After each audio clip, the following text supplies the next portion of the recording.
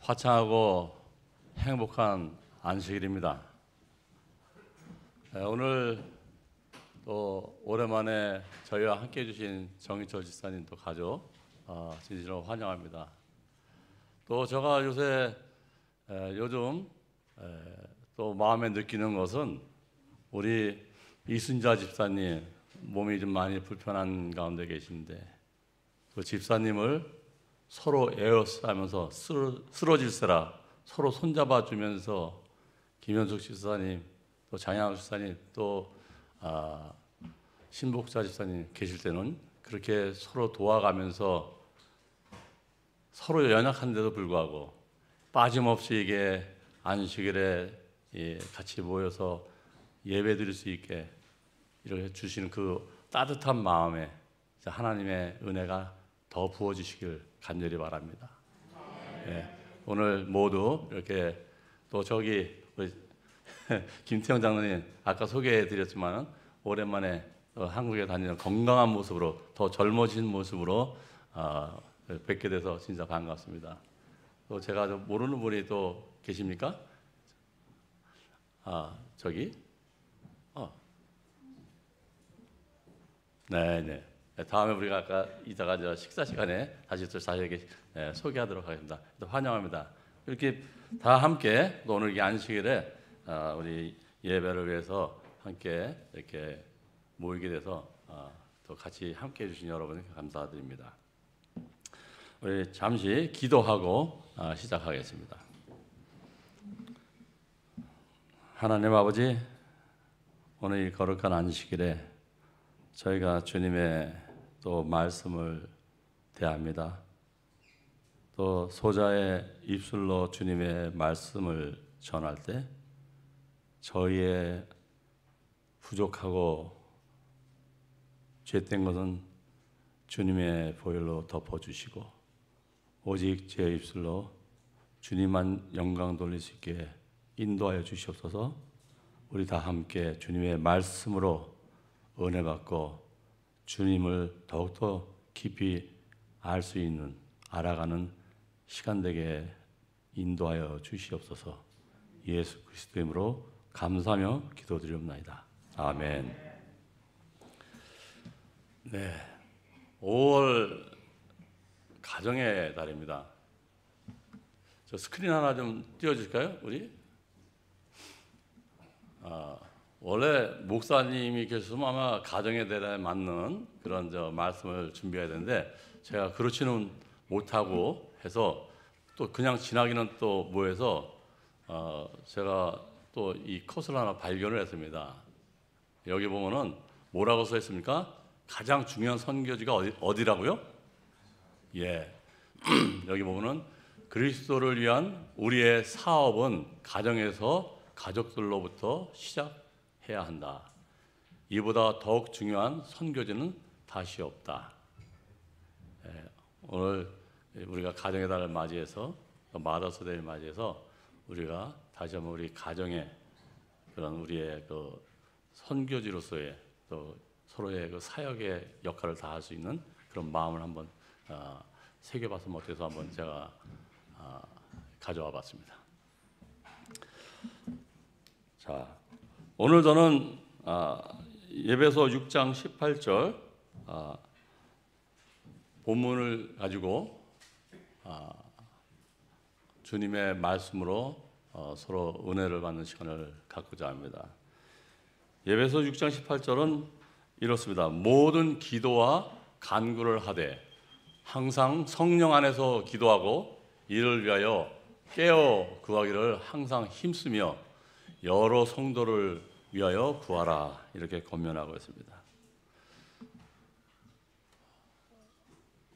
깨어서 간구하고 또 기도하라고 성령 안에서 이런 말씀을 저에게 주고 있습니다. 지난번 제가 말씀에서 믿음과 성화에 대한 예를 잠깐 했었는데 그때 못다한 이야기입니다. 속편입니다. 속편. 믿음에 대한 기도 이야기입니다. 지난번에 제가 말씀드릴 때 진짜 믿음이 무엇이고 가짜 믿음이 무엇인가에 대해서 말씀을 나눈 적이 있습니다. 다시 한번 좀 내용을 반복해 보면 믿으면은 가짜 믿음이 있고 진짜 믿음이 있다고 합니다. 교회를 다니고 예수를 믿는다고 해서 그게 다 같은 믿음은 아닙니다. 가짜 믿음의 특징이 뭐였습니까? 첫 번째는 가짜 믿음의 특징은 하나님을 믿기는 믿지만 자기 중심적입니다. 쉽게 말씀드리면 나를 위해서 예수님을 믿는 겁니다. 나를 위해서. 나 때문에 하나님을 믿는 겁니다. 그거로 내가 목적입니다. 그 믿음의 주된 목적이 자기 자신입니다. 이것이 가장 가짜 믿음의 특징입니다. 그래서 가짜 믿음은 결코 구원에 이를 수가 없습니다. 왜냐하면 자기가 주인이고 내가 최고로 되고자 하는 그런 이기심은 성경에 보면 분명히 그것은 죄의 본질이라고 말씀하고 있습니다. 인간이 자기를 위해 살고 자기의 영광만을 추구하는 목적으로 산다고 하는 것은 이건 모두 다 죄의 본질입니다. 진짜 믿음이 아닙니다. 그러면 진짜 믿음은 또 무엇입니까?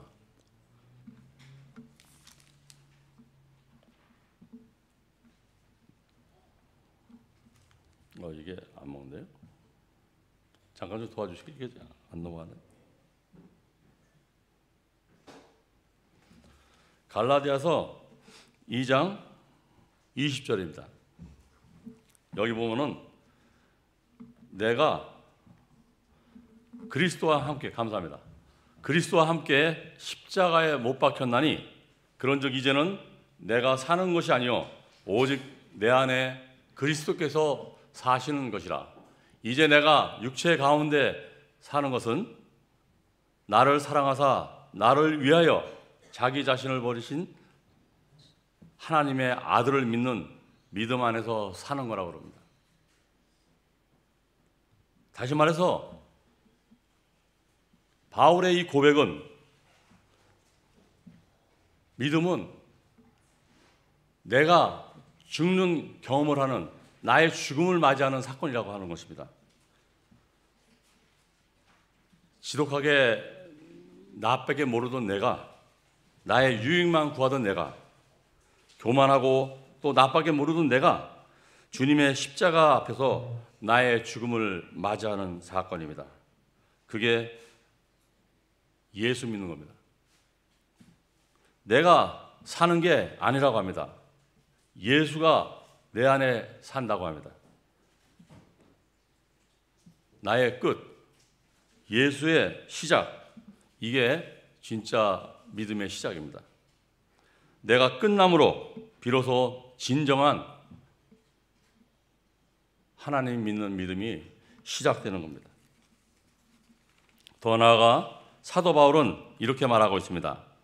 고린도후서 5장 15절입니다. 그가 모든 사람을 대신하여 죽으심은 살아있는 자들로 하여금 다시는 그들 자신을 위하여 살지 않고 오직 그들을 대신하여 죽었다가 다시 살아나신 이를 위하여 살게 하려 함이라. 이 말은 즉 내가 다시는 나를 위해 살지 않고 나를 위해 죽으시고 부활하신 그 예수님을 위해서 살겠다고 하는 말입니다. 이게 진정으로 예수를 믿는 겁니다. 진짜 믿음은 내 인생의 주인이고 내가 왕이었던 내가 십자가에서 죽었고 예수님이 나의 주인이고 왕이 되시는 그런 사건, 이게 진짜 믿음입니다.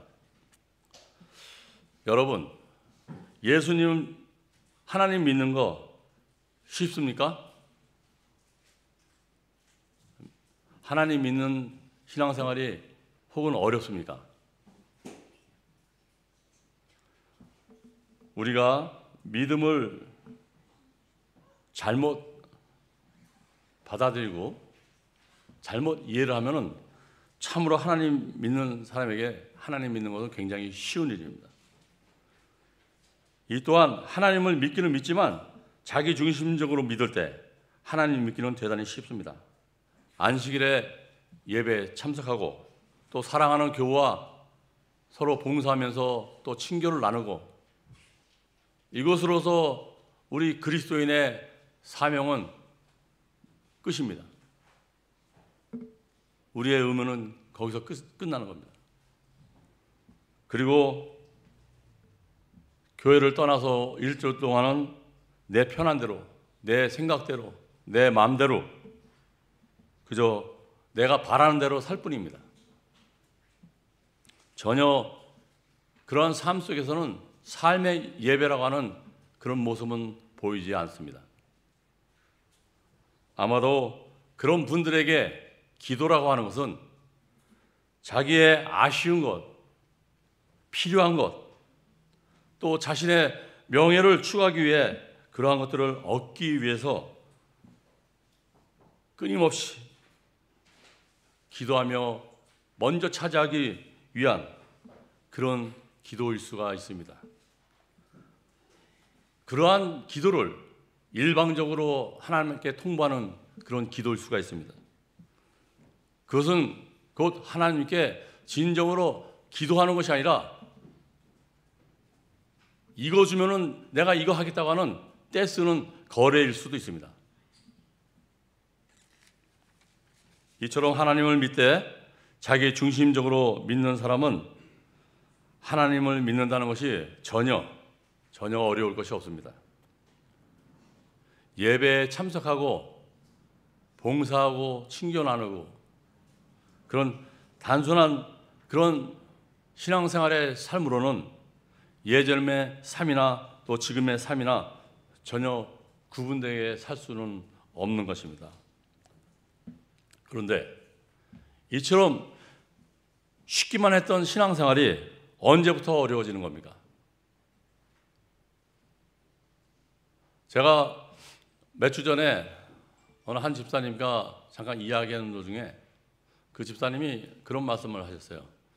일상의 안부를 묻는 과정에서 전에는 교회 다니고 신앙생활 하던 것이 그저 교회 출석해서 아무 일도 안 하고 그냥 또 내 일이 바쁘면 또 안 나오고 또 그만이고, 그런데 요즘 그 주님의 말씀에 맞춰서 이 산다고 하는 그 뜻을 쫓아서 사는데 굉장히 그 신앙생활이 어려워졌다고 하는 얘기를 하십니다.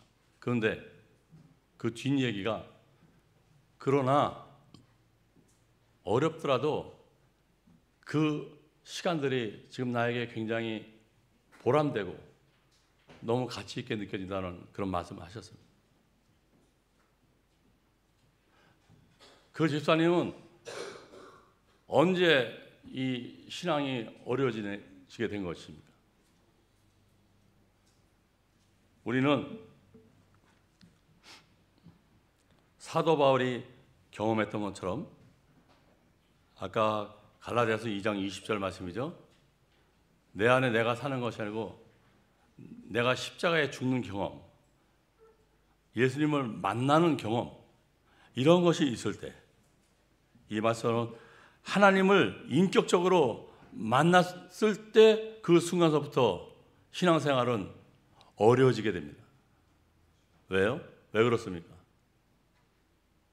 그 모든 시간의 일상들이 주님께서 저 안에 뿌려주신, 성령께서 우리 안에 뿌려주신 그 레이더에, 성령의 레이더에 다 걸립니다. 너무 귀찮습니다.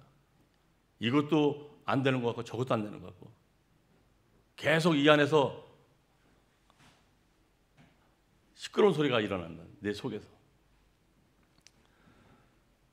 하나님의 뜻과 말씀을 쫓아 살기 시작하면서부터 진정한 참 믿음의 생활이 시작되는 겁니다. 그래서 믿음은 결코 내가 원하는 대로, 내가 바라는 대로, 내 뜻대로 사는 것이 아닙니다. 믿음은 자기를 버리고 자기 중심으로부터 어느 중심으로요? 하나님의 중심으로 나의 삶의 축을 옮기는 것입니다. 이게 바로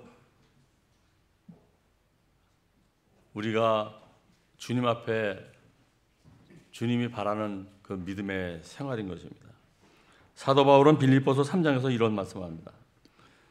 사도 바울의 경험에 주님을 만난 뒤에 무엇이든지 내게 유익하던 것을 내가 그리스도를 위하여 다 해로 여길 뿐더러 내가 그를 위하여 모든 것을 잃어버리고 어떻게 해요? 배설물로 여겼다. 배설물. 그리스도를 얻고 그 안에서 오직 발견되려 함이니 하는 그런 고백을 합니다. 사도 바울의 그 경험이 진심으로 예수님과 주님과 인격적인 만남을 통해서 이러한 자기의 내적인 변화를 경험하게 되는 겁니다. 내 생각에서, 내 의지에서, 내 뜻에서, 내 중심에서 하나님의 말씀으로 옮기는 것입니다. 그러므로 바른 믿음 생활에는 반드시 자기와의 영적 싸움이 수반됩니다. 고린도전서 15장 31절에는요 날마다 죽는다고 합니다. 갈라디아서 5장 24절에는요 정과 욕심을 육체와 함께 십자가에 못 박는다고 합니다. 빌립보서 2장 5절에는요 우리의 마음이 아니고 너희 안에 이 마음을 품으라 곧 예수 그리스도의 마음이니, 이게 다 올바른 믿음을, 우리의 구원을 위한 믿음을, 우리의 거듭남의 믿음을 갖기 위해서 사도 바울이 경험한 주님께서 우리에게 요구하시는 믿음의 형태인 것입니다. 자기 속에 매사에 자기 중심적으로 살기 원하는 옛사람과 하나님의 중심으로 살아야 한다고 하는 새 사람이 싸우게 되는 겁니다. 로마서 7장에 그 내용이 잘 설명되어 있습니다. 사도 바울은 로마서 7장 18절에 19절에 이런 고백을 합니다.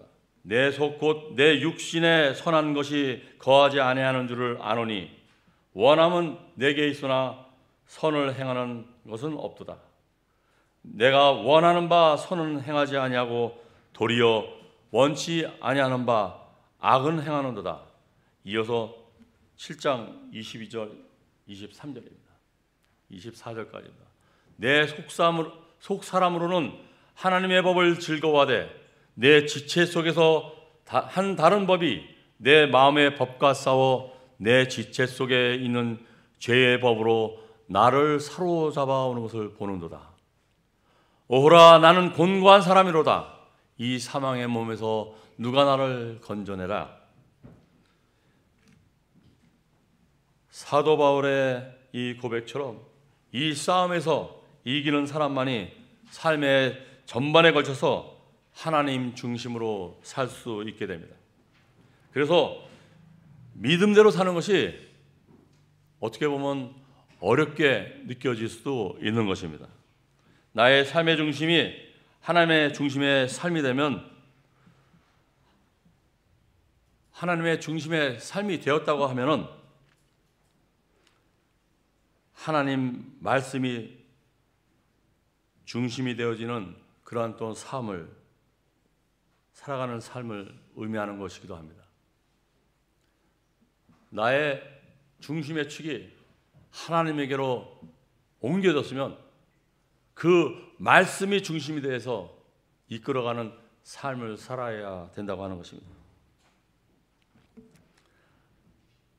즉 이러한 바른 믿음 생활을 하는 그리스도인들의 삶 앞에 또 세상은 큰 도전과 또 고난, 시련으로 우리 앞에 또 마주되는 경험들을 하게 됩니다.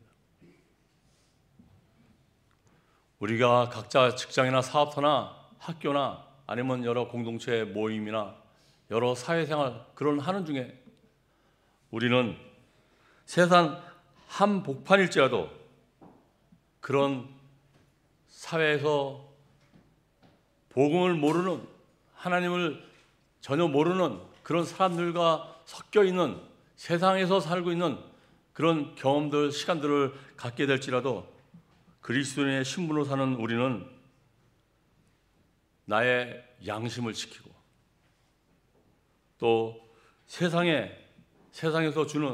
오는 그러한 유혹들을 싸워서 이겨야 됩니다.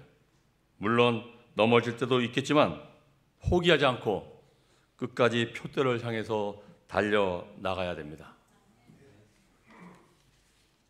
우리가 하나님 중심으로 산다고 하는 것은 하나님과 바른 관계를 맺고 있는 것을 의미하기 때문에 관계를 통하여서 우리는 어떻게 됩니까? 점점 그 하나님을 알아가게 됩니다. 나를 향하신 하나님의 뜻을, 하나님의 그 다음 없는 나를 향하신 그 사랑을 깨닫게 됩니다.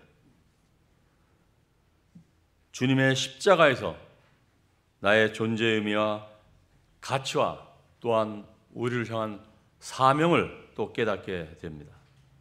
선지자 이사야는 이렇게 우리에게 외치고 계십니다. 49장 16절에 보라, 내가 너를 내 손바닥에 새겼다.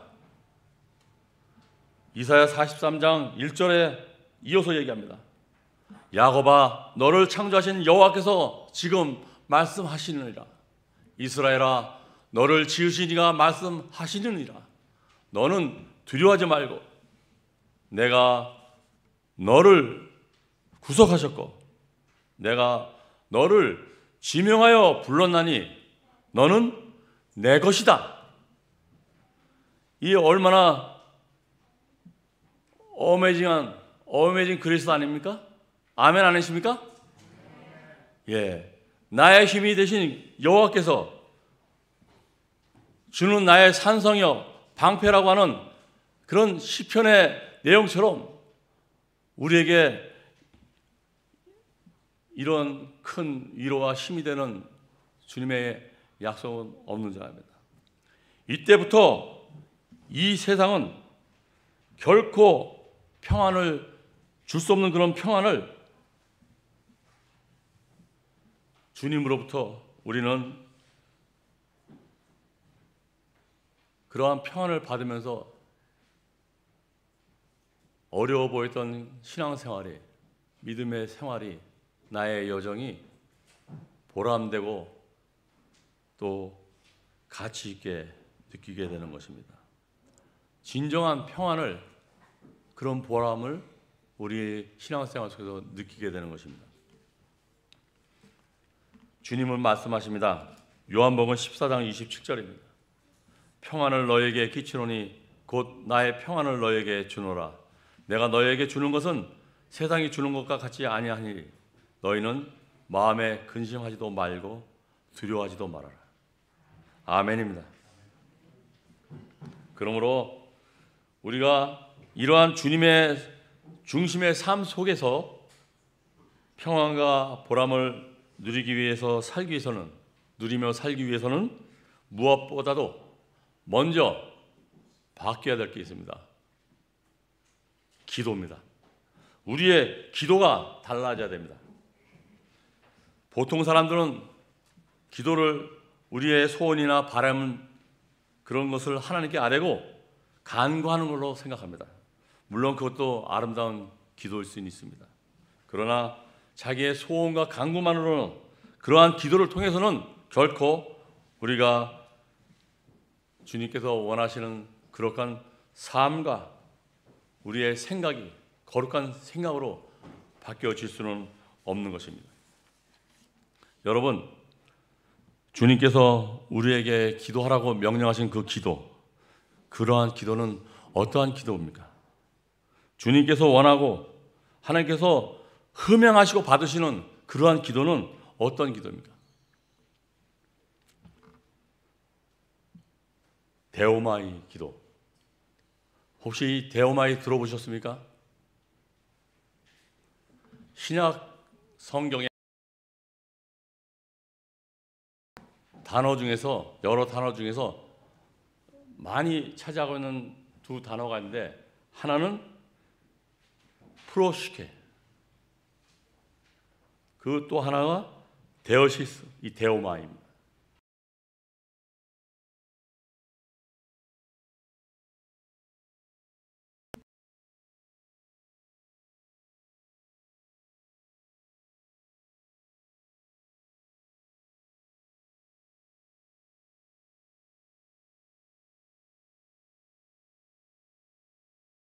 특별한 기도, 간구하는 기도, 그걸 표현할 때 많이 쓰게 됩니다. 나의 자아를 예수 그리스도의 말씀에 굴복시켜서 주의 십자가에 꽁꽁 동요매는 그러한 시간, 이게 바로 데오마의 기도의 시간입니다.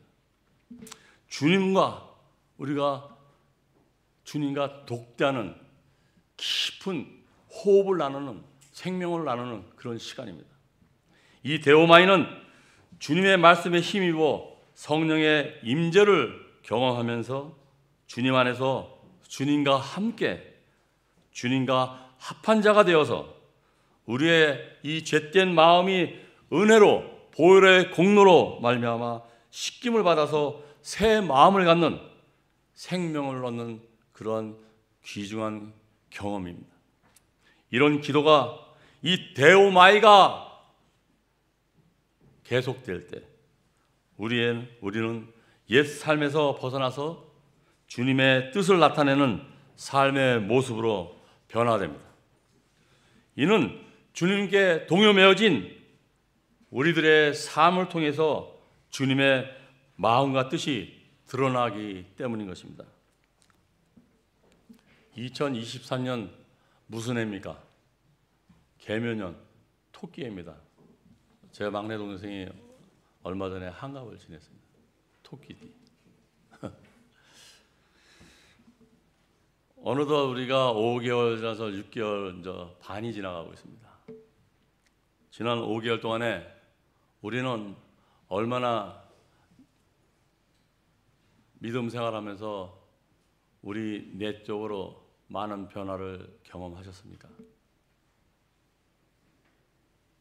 아니면 별 변화의 느낌이 없는 그런 시간들이었습니까? 제가 이 말씀을 준비하면서도 제가 너무 많이 찔려요. 너무 마음이 아픕니다. 만약 우리가 새해를 출발하면서 주님 앞에 약속하고 다짐했던, 서원했던 그런 마음을 가지고 시작을 했는데 흘러 한 긴 시간도 아닌 5, 6개월 지나는 시점에서 별 반응이 없다 그러면 왜 그렇습니까? 만약 그렇다면 그 이유가 무엇이겠습니까? 기도를 하긴 했지만, 말씀을 읽긴 읽었지만, 예배를 참석을 하고 안식일을 지켰지만 뭐가 문제입니까? 혹시 우리가 기도를 했지만 단지 아까 말씀드린 나의 중심적인 그런 기도만, 나의 필요를 위한 그런 기도와 간구만 있었던 것은 혹시 아닙니까? 기도하면서 우리 중심, 나의 자아를 주님께, 주님의 그 십자가에 우리의 마음을 동요매지는 않았기 때문은 아니겠습니까? 우리에게 이 데오마이 이 기도의 시간이 부족했던 것은 아니겠습니까? 우리가 우리의 마음을 십자가에 동요매지 않고 그런 시간을 날마다 경험하지 않고서는 결코 우리가 옛삶의 굴레에서 결코 자유할 수는 없는 것입니다. 사랑하는 성도 여러분, 이제 다 끝나갑니다. 조금만 인내하시기 바랍니다. 역대하 3장 보면요, 무슨 얘기입니까? 솔로몬이 그 아비 다윗이 못 이룬 그 예루살렘 성전을 건축하는 이야기가 나옵니다. 5장 되면 저 완성돼서 6장서부터는 성전 봉헌 예배가 이제 막 나옵니다. 그 성전하는 얘기입니다. 4년, 제4년에 성전 건축을 시작합니다. 여기에 17절에 이런 말씀이 나옵니다. 그 두 기둥을 성전 앞에 세웠으니 왼쪽에 하나요 오른쪽에 하나라. 오른쪽 것은 야긴이라 부르고 왼쪽 것은 보아스라 불렀더라. 성전 안에 건물을 바치는 것이 아니고 성전 외소에 바깥에 들어가는 입구 바깥에 이 야긴과 이 보아스 두 기둥을, 큰 기둥을 세워둔 겁니다. 왜 그랬을까요? 이 야긴의 뜻은 그가 세울 것이다, 여호와께서 세워가신다, 이런 뜻입니다. 보아스, 이 보아스는 무슨 뜻입니까? 그는 능력이시다, 여호와께서는 힘이 되신다, 이 뜻입니다. 이 야긴과 보아스를 합하면 어떤 얘기입니까? 능력의 하나님이 세우실 것이다. 그 성전을 이스라엘 백성들이 자기네 손으로 지은 화려한 성전을 보고서 자만하지 않고 거기에 시선이 머무르지 않게 들어가기 전에 먼저 그 기둥을 세움으로써 우리가 하나님께서 너희들을 세우고 능력을 주실 거라고는 하나님 앞에 우리의 모든 것을 내려놓으라 하는 그런 주님의 뜻이 담겨 있는 기둥입니다. 오직 세워주시고 세워가시는 야긴 하나님만 바라보게 하는 겁니다. 오직 힘주시고 능력 주시는 보아스 하나님만 의지하라고 하는 것입니다. 우리 모두 이 데오마의 기도의 시간을 통해서 우리의 중심, 우리의 마음 주님께 동요매시게 되기를 간절히 바랍니다. 찬미가에 나의 등 뒤에서 이 찬미가가 있더라고요. 이번에 나온 거 보니까 이 가사 중에 이런 내용이 있습니다. 나의 인생길에서 지치고 고나여 매일처럼 주저앉고 싶을 때, 나 지치고 고나여 넘어질 때, 이때 무너지지 말고 야긴과 보아스 세워주시고 능력 주시는 여호와 하나님을 붙잡으면서 부르짖게 되기를 바랍니다. 다시 일어서게 되기를 바랍니다. 그러면서 우리가 우리의 삶 속에서 데오마의 이 주님의 꽁꽁 붙들어 매여 사는 그런 데오마의 기도의 주인공이 되시기를 간절히 바랍니다. 하나님께서 반드시 우리의 삶을 향기롭게 가꾸어 주실 것입니다. 마지막으로 빌립보서 1장 6절입니다. 말씀을 보고 마치겠습니다. 너희 속에 착한 일을 시작하신 이가 그리스도 예수의 날까지 어떻게 해요? 이루실 줄을 우리는 확신하노라. 아멘입니다. 감사합니다.